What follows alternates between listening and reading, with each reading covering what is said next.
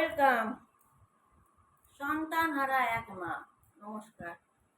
আশা করি তোমরা সকলে খুব ভালো আছো, আর আমিও ভালো আছি। আমি পৃথিবীর সব মাকে জানাই কোটি কোটি প্রণাম। তো যাই হোক, খুবই খুশি যে সন্তান হারা এক মা সাবস্ক্রাইবার এত 504 হয়ে যাবে। Thank you so much. ঘরে থাকি, ঘরের বাইরে বেরাই না। 4টে চ্যানেল চালাচ্ছি। জেমজে লাইফস্টাইল, নিউ মানে magical word, one new life, 3 number সন্তান হারা এক মা, 4 নম্বর গরিবের সংসার। 4টে চালাচ্ছি গেটের বাইরে পা না দিয়ে। আমিও মানুষ। এবারে কয়েকটা কথা বলি। অনিকেত মণ্ডল, তুমি না সেই দেবু হয়ে যেও না। দেবুও ঠকিয়েছে। এইখানে এই জায়গাটাতে আমার হাত থেকে 1 লাখ টাকা নিয়েছে। সেটা ম্যাটার না, টাকাটা আমার না স্যারের। ম্যাটার এইটা, টাকাটা আমি দিয়েছি, তার ফটো আছে, এবং টাকাটা নিয়ে ওর দেবুর বাড়িতেও গেছি, যারা যারা টাকা পায়। আবার ওর বাবা মায়ের জামা কাপড় কিনে নিয়ে গেছি। সে তো ভাক্কা একদম, মানে দেবুর বউ তো একটা পুরো চিটিংবাজ ছেলে।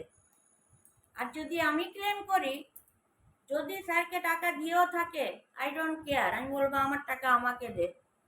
কোন স্ট্যাম্প পেপারে লেখা আছে যেটা স্যারের টাকা? তুমি যার হাতে টাকা নিয়েছো তার হাতে টাকা দেবে। হ্যাঁ, সোনার দুল নিতে ভালো লাগছিল, মঙ্গলসূত্র নিতে ভালো লাগছিল, নাকছাবি নিতে ভালো লাগছিল, 101 ভ্যানিটি ব্যাগ দিচ্ছিলাম, জামা কাপড় দিচ্ছিলাম, ভালো লাগছিল না? তখন টাকাটা দিবি দেবু ড্রাইভার। এটা আমার ওয়ার্নিং বল আর ট্রেন্ডিং বল। তারপর আমি রূপ নেব, আমিও মাঠে নেমে পড়েছি। অনিকেত মণ্ডল, ইল্লিগেল কাজ, জেল ঢোকার ইচ্ছা আছে? জেল ঢোকার তোর ইচ্ছা আছে? প্রথমত আমার 7,000 থেকে 10,000 টাকা কালকে 24 ঘন্টার মধ্যে যেন ঢোকে। আর টাকাটা স্যারকে দিবি, স্যার এসে আমাকে দেবে। ঠিক আছে? স্যার এসে আমাকে দেবে। মানুষের বাচ্চা হলে অনিকেত মণ্ডল, আমি কিন্তু বলে দিচ্ছি, আমার কষ্টর টাকা। ঠিক আছে? আমি তোর বাবার শরীর খারাপ হতে আমি পিতাকে জানিয়েছি, বাবা ফিট অ্যান্ড ফাইন, খুব ভালোভাবে ঘরে ফিরে এসছে। ঠিক আছে, গ্রেট, বাবা বাবাই হয়। এবং যতটা তোমাকে কেয়ারিং করার আমি করেছি। ঠিক আছে? তোমার যখন চাকরি চলে গেল, তখন পুজো পাঠ শুরু করলাম, আমি বললাম 7,000 লাগবে, তুমি বললে 10,000 দেবো। টাকাটা দাওনি কেন এখনো? হ্যাঁ, আমার শরীরটা কি এত সস্তা? হ্যাঁ, আমি ক্যান্ডেল জ্বালবো, কেক আনবো, মিষ্টি আনবো, পিতাকে জানাবো, কাজটা করব। বড় বড় বুলি কেন মারছিলিস? স্যারের হাতে 24 ঘন্টার মধ্যে অনিকেত মণ্ডল 10,000 টাকা পাঠা, আমার দরকার, আমার টাকা। আমি বলে দিয়েছি, আমার কাছে প্রমাণ আছে। বিয়ে করবি, তার আগে ধাজিয়াটা আমি উড়াবো। একটা ইলিগেল কাজ করে যাচ্ছিস, বেহায়া ছেলে। হ্যাঁ,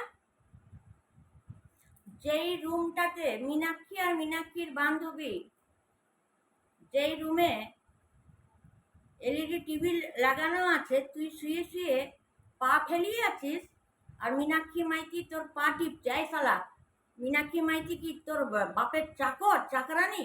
পা টিপবে? আরে মীনাক্ষী মাইতি হতে পারে মাকে গাল দেয়, কিন্তু একটা জন্মদাতা মা, ছেলে মেয়ের কিছু হয়ে গেলে না, একটা জন্মদাতা বাপ, বাপ নামে না, মা নামে। ওই আমার মেয়ে চাকরানি না, আজ থেকে পা টিপাবি না, তোকে আমি ওয়ার্নিং দিলাম, গলা টিপে দেবো। আর দ্বিতীয়, তুই কি বলেছিস আমার মেয়েকে? এই ড্রেসটা কেন পরেছিস, গানটা করেছিস, তোকে সোনাগাছির থেকে দাম জিজ্ঞেস করবে? ছি, অনিকেত মণ্ডল, তোর না একটু হলে না তোর লজ্জা থাকা উচিত। আজ আমি বুঝতে পারছি, পরে বলছি। তুই জানিস একটা ইলিগাল কাজ করেছিস? ব্যাচেলার কোয়ার্টারে তুই মেয়ে ইনভলভ কেন করেছিস? কার পারমিশনে? স্যারের পারমিশন না আমার পারমিশন? হ্যাঁ, কার পারমিশনে? ওখানে যদি কিছু হয়ে যায়? দ্বিতীয়, দীঘা গেছিস, বোকাচোদা বানিয়েছিস আমার ছেলেকে। ওখানে গিয়ে কি করেছিস? নিজের লাভারের জন্য এসি রুম 2700 টাকা দিয়ে ওল্ড মানে ওল্ড দীঘাতে রুম নিয়েছিস। আরে আমার ছেলেটা কি কিসে কিসে এবং যাদেরকে নিয়ে গেছিস জানিস না তুই ইলিগাল কাজ করছিস, তার বর আছে, ফাঁসবি, আগে জেল ঢুকবি। ভুলের পর ভুল করে যাচ্ছিস, ভুলের পর ভুল করে যাচ্ছিস, পার্টি পাচ্ছিস, মেয়ের রেট বলছিস। হ্যাঁ, মেয়ে তো নিজেই বলে গেছে আমি নাজেহাল হয়ে যাই। যাই হোক, কালকে তুই সারা রাতে 10,000 টাকা দিয়ে পাঠাবি, এটা আমার ওয়ার্নিং রইল মানুষের বাচ্চা হলে। আর দেবু তোকেও বলে দিচ্ছি 1 লাখ টাকা রেডি কর, ওকে?